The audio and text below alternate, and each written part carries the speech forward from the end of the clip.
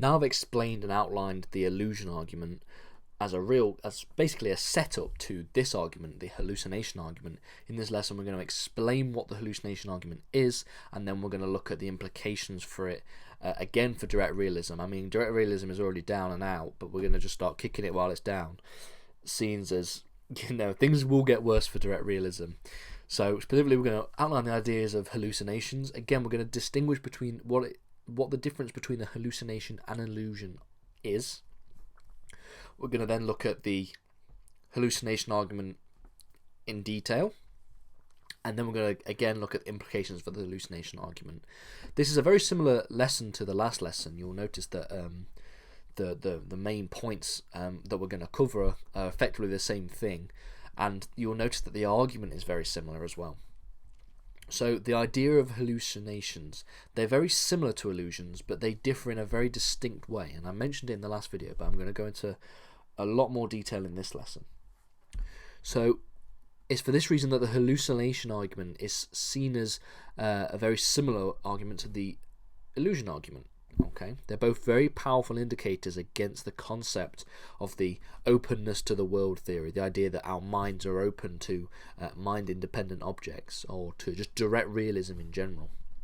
Hallucinations are different. With an illusion, you are perceiving something. You're perceiving something different to something that actually exists in the real world. So, for example, there is an image on the next slide, but we perceive it to be in motion. So the image actually exists, but we are perceiving it differently than it exists in reality. Like so, as we've got here, this image here. I'm going to take this off the screen so we don't all get hypnotized. Hallucinations are a little bit different though, because what you're doing if you're having an hallucination is you are perceiving something as existing,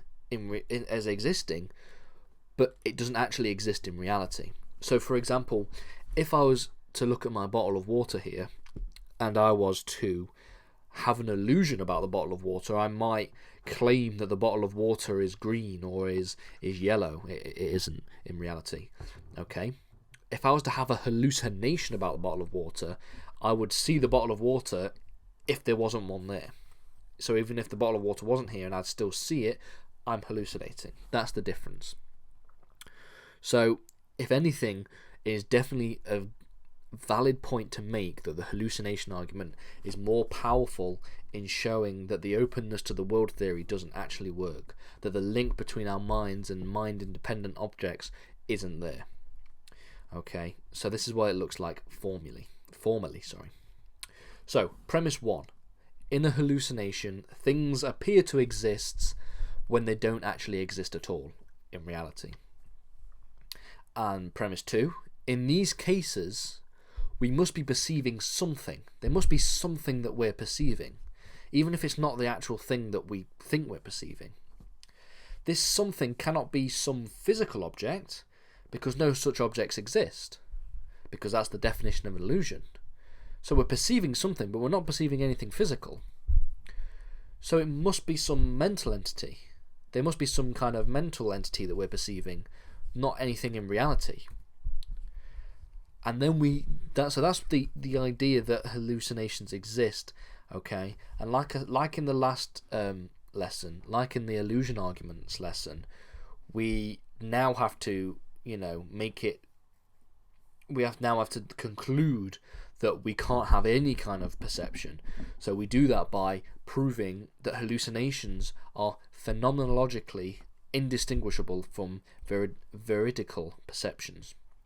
For example, a mirage in a desert, to somebody who's very thirsty, a mirage in a desert is phenomenologically indistinguishable from if there was actually an oasis in the desert in reality. There is literally no difference. Okay, you can't delineate the two. Just like you can't delineate between illusions, you can't delineate between an hallucination and a veridical perception.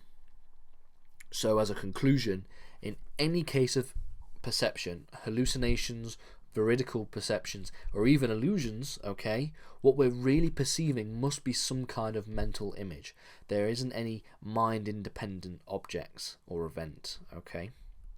Either we are not, there exists some mind-independent object, but we just can't, we don't have any, there's no mental link to it, or there's no such thing as anything as mind-independent objects, and we'll look at that in the next lesson. But so you've really got two different forms. You've got a very strong form, which is suggesting that there's no link at all. There are real things that exist in reality, but there's just no link between that to my perception and to my brain. And you can take the strong approach, which is not only is there no link, but there aren't any mind-independent objects. I'm perceiving this water bottle, but there isn't actually a water bottle here. It doesn't actually exist. That's where it starts to get a little bit higher up, and we start to look at the philosophy of reality, which is something that is beyond the scope for this course, but we'll touch on it a little bit in the next lesson.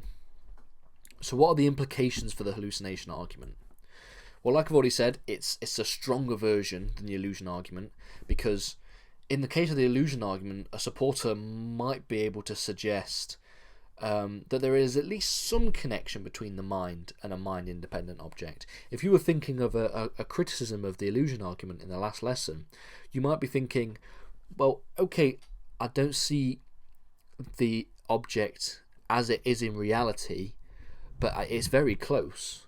So that image that's in motion, it's not in motion, but other than that, I'm perceiving the image correctly. So maybe there is some kind of, maybe a weak link between the two, and that's where illusions arise from.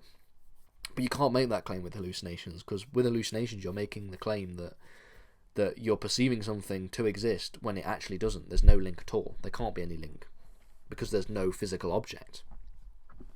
So yeah, you can't convincingly claim that there is a connection between the mind and mind-independent objects. So, as a sort of task, are there any objections with the hallucination argument? I've already conceded that there might be a way of explaining away the illusion argument, and philosophers have explained away the illusion argument in that way.